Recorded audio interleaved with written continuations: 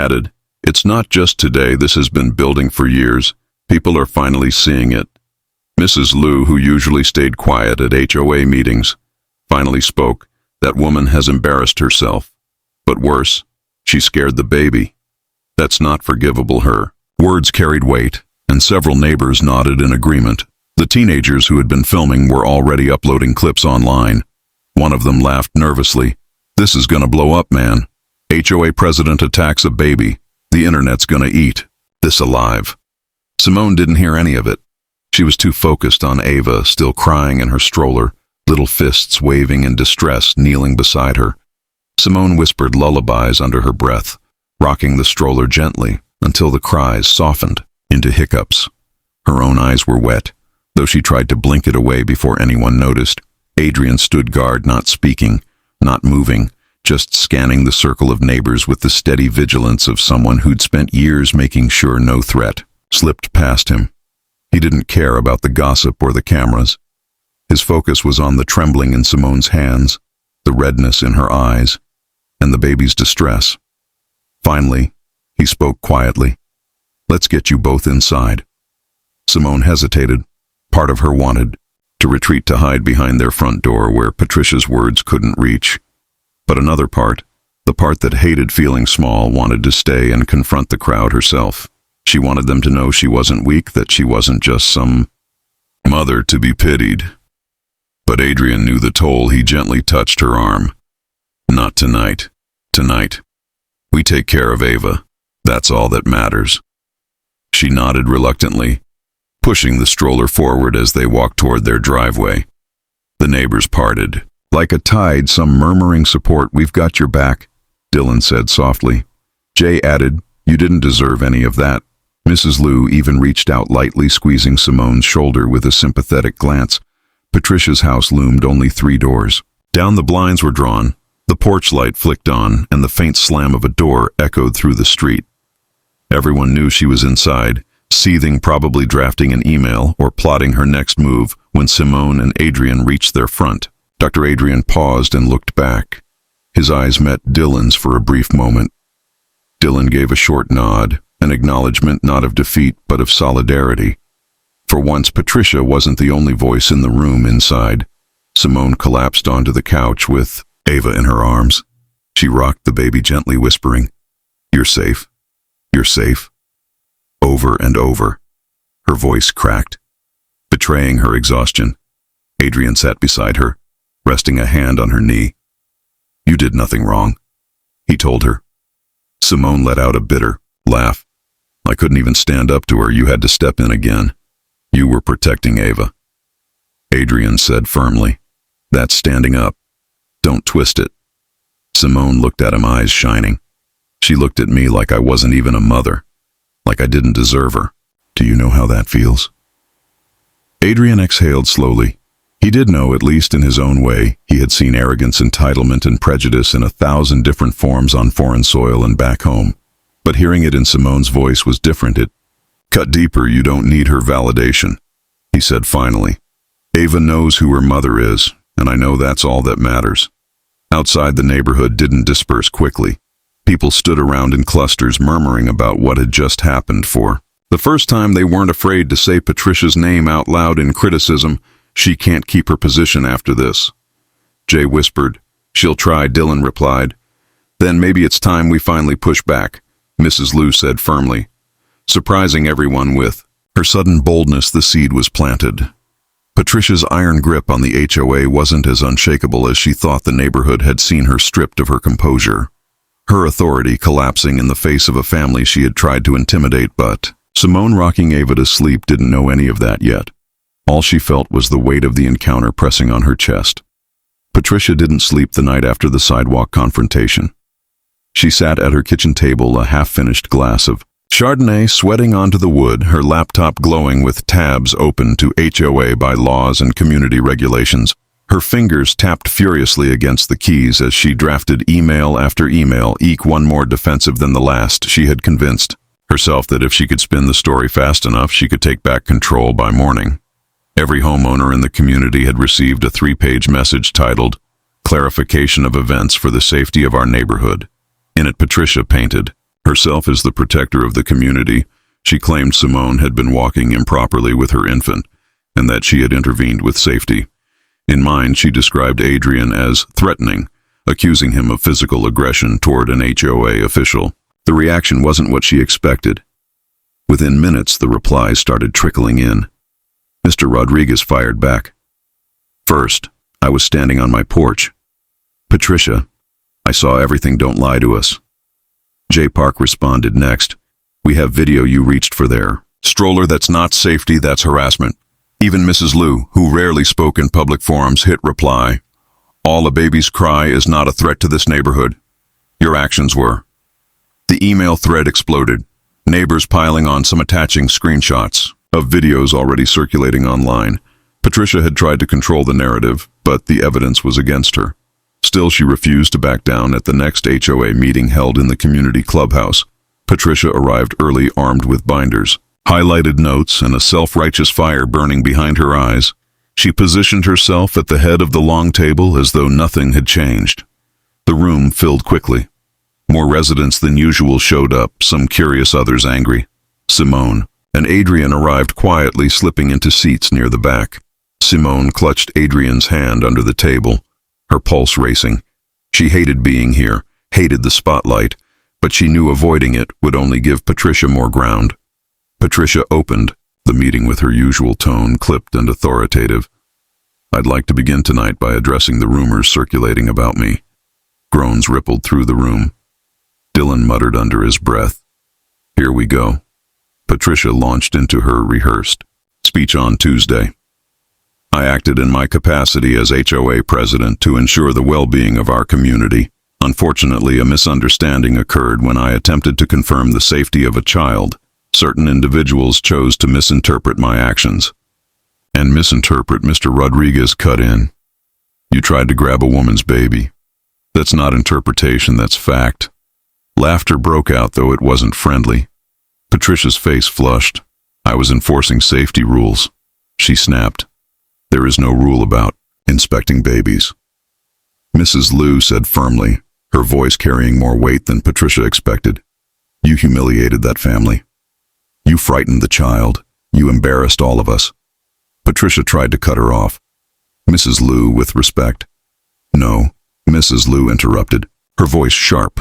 With respect to you, I've lived here 20 years. I've followed your rules even when they were ridiculous. But this crossed the line. The room erupted in murmurs of agreement. Simone squeezed Adrian's hand tighter, her chest tightening, with a mix of fear and relief. She had dreaded being the subject of this meeting. But watching the neighbors speak up, she realized they weren't against her. For once, Patricia wasn't untouchable. Adrian finally spoke, his voice calm, but cutting. We moved here to raise our daughter in peace. That's all. And in the span of 2 weeks, the president of this HOA demanded my wife hand over our newborn on the street. That isn't leadership, that's harassment. Patricia bristled. You threatened me. You put your hands on me. You reached for my child. Adrian replied evenly, and I stopped. You ask anyone here who saw it, better yet. Watch the videos.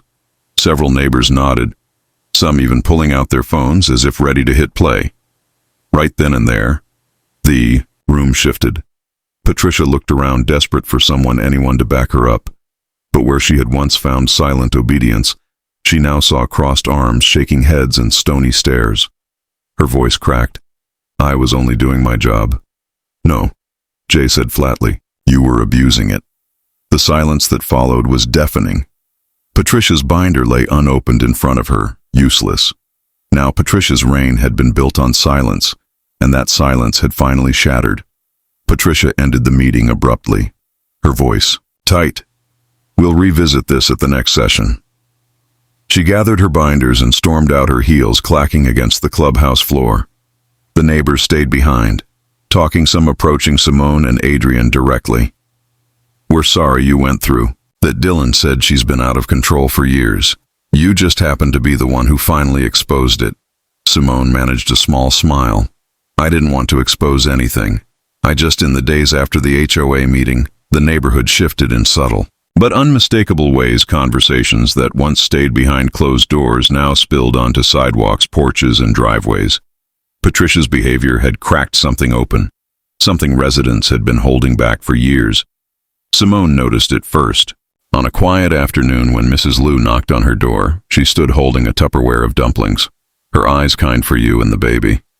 She said softly. Simone accepted the dish with gratitude, though she could tell this wasn't just about food. Patricia embarrassed herself. Mrs. Liu added, her voice low, but she also embarrassed us. We let her do this for too long. I should have spoken sooner. Simone felt her throat tighten. It's not your fault she singled us out. Mrs. Liu shook her head. She singled out everyone. You were just the first to stop her. That same evening, Dylan and Jay stopped by. Dylan leaned against the fence, sighing heavily. We've been quiet for years. Years. Just letting her run the show. I regret it. Now she fined us for those wind chimes, remember? We should have pushed back then. Maybe it wouldn't have gotten this far. Adrian, standing beside Simone, replied evenly. Bullies only thrive when people let them. The moment someone says no, their power starts to shrink. Jay nodded slowly. She's not just a bully, though. She targeted you because you're different, and that's the part we don't like admitting out loud.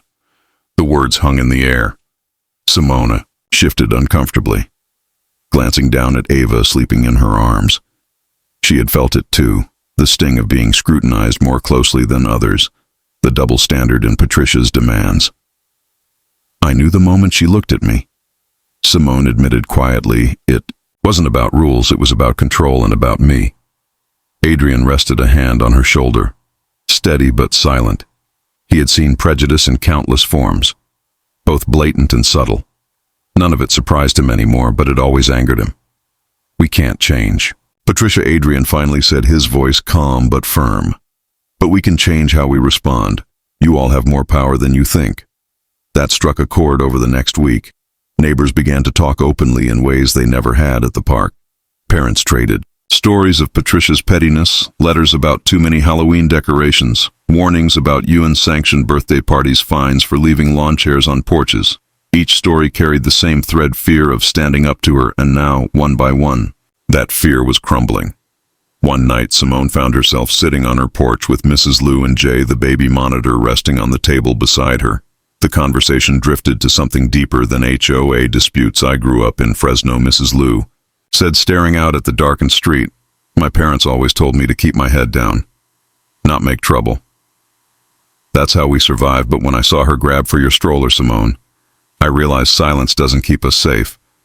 It just makes room for more. Patricia Grenville's. Jay nodded. My parents immigrated from South Korea. Same lesson: stay invisible, stay safe. But watching you and Adrian stand your ground, it made me realize we've been teaching our daughter the wrong thing. She needs to know it's okay to say no. Simone felt tears prick her eyes. She hadn't set out to make a statement, she had just wanted to protect her child. But now she saw how her refusal had rippled outward, giving others permission to speak too. Adrian joined them midway through the conversation, sitting quietly until he finally said, in my line of work, you learn something simple. Fear spreads faster than courage. But once courage shows up even a little, it spreads too. You don't need an army to change things sometimes. You just need one person to say enough. The women nodded, letting his words settle. Meanwhile, Patricia stayed holed up in her house. Her blinds stayed shut. Her car rarely moved, but she wasn't finished. Residents could feel it. Her pride was too great to let go. Rumors swirled that she was preparing some kind of retaliation. Still, the community's tone had shifted. Where once people whispered about Patricia in frustration, now they spoke with resolve. The HOA meeting hadn't just humiliated her, it had empowered everyone else. Simone, though, was still healing late at night when Ava cried, and she walked the hallway to soothe her. The memory of Patricia's outstretched hand haunted her. She felt guilt, fear, and anger tangled together, but then she'd glance at Adrian asleep on the couch after another long day, his arm draped protectively over the baby's blanket, and she remembered why they fought to stay. This was their home, and no one, no matter how entitled, was going to take that from them. But Patricia's silence wasn't surrender. The showdown came sooner than anyone expected. Patricia called for an emergency HOA session. Just 10 days after the stroller incident, residents were weary, but curiosity and tension filled the air as people filed into the community clubhouse. No one wanted to miss what felt like the climax of a neighborhood drama that had spilled far beyond property lines. Simone and Adrian debated whether to go. Simone's stomach knotted at the thought of facing Patricia again, but Adrian insisted on being there. "She's counting on fear keeping us quiet," he said. "We won't give her that satisfaction." The clubhouse was packed. Folding chairs lined the walls. Some people even stood in the back, phones at the ready. Patricia sat at the head table, papers stacked high in front of her, her hair perfectly styled, though the tightness in her jaw betrayed her nerves. She cleared her throat. "This meeting is to address recent events and restore order in our community." Mr. Rodriguez let out a sharp laugh. "Order? You mean your order?" Patricia ignored him. "Certain residents have chosen to spread lies and distort the truth of my actions. I will not allow this neighborhood to be poisoned by slander murmurs spread through the crowd." Simone gripped Adrian's hand, her pulse racing. Patricia pressed on, voice rising. "I acted within my rights as HOA president. If we allow people to break rules without consequences, this community will fall apart. And if anyone here can't respect that, perhaps they don't belong in this neighborhood." That last sentence hit like a stone. The room erupted. "You can't say that," Jay shouted. "You went after a baby." Mrs. Liu added fiercely. "Enough is enough," Patricia Dillon said, standing to his feet. "We're done being bullied." The wave of voices rose until Patricia slammed her hand on the table. "Quiet. You will not speak to me this way." That was the breaking point. Adrian stood slowly, his voice calm but carrying across the room. "We're not speaking to you, Patricia. We are speaking for ourselves, for our families, for our children. We bought our homes. We live here, and we won't be ruled by fear anymore." The crowd hushed. Every eye turned to Adrian, his steady figure commanding the room without effort. Simone rose beside him, her voice trembling at first, but growing stronger with each word. "I came here hoping to raise my daughter in peace. Instead, I was humiliated and threatened by the very person who was supposed to represent us. You don't get to tell me I don't belong. None of us belong to you." Applause broke out, hesitant. At first, then louder, filling the clubhouse. Patricia's face flushed crimson as she scrambled through her papers, desperate to regain control. But the tide had turned. Mr. Rodriguez stood. "I move to vote Patricia out as HOA president." The word sent a shockwave through the room. Patricia's mouth opened in disbelief. "You can't." "Yes, we can." Jay cut in. "It's in the bylaws." Majority vote. Hands shot up, dozens. Nearly everyone in the room. Patricia's protest drowned under the sea of voices. I, when the vote was counted, it wasn't even close. Patricia Grenville was officially removed from her position. She sat frozen, eyes wide, as if the foundation of her identity had been ripped away in seconds. Without her title, without the shield of authority, she was just another neighbor, one whose actions had cost her the respect of the very people she had ruled. Patricia gathered her things silently, her heels clicking as she stormed out. This time, no one followed. No one offered sympathy. The door slammed and the room erupted in cheers. Simone sat back down, breathless, tears welling in her eyes. Adrian squeezed her hand gently. "It's done," he whispered, but Simone shook her head. "No, it's just beginning. We have a chance to build something better." Now, in the weeks that followed, the neighborhood changed. Meetings became collaborative instead of combative. People volunteered to organize family events, community clean UPS, and barbecues.